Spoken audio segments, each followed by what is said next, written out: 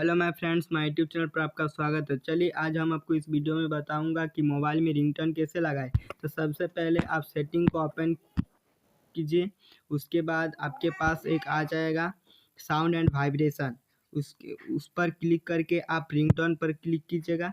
जैसे आप रिंगटोन पर क्लिक कीजिएगा तो आपके पास बहुत सारा रिंगटोन आ जाएगा। आप अगर म्यूजिक का रिंगटोन लगाना चाहते हैं तो प्लस आइकन पर क्लिक करके आप यहाँ से म्यूजिक का रिंगटोन लगा सकते हैं। अगर वीडियो अच्छा लगा हो तो वीडियो को लाइक करें, शेयर करें और चैनल को सब्सक्राइब जरूर करें ताकि हर एक वीडियो का नोटिफिकेशन आप सभी तक पहुँच जाए।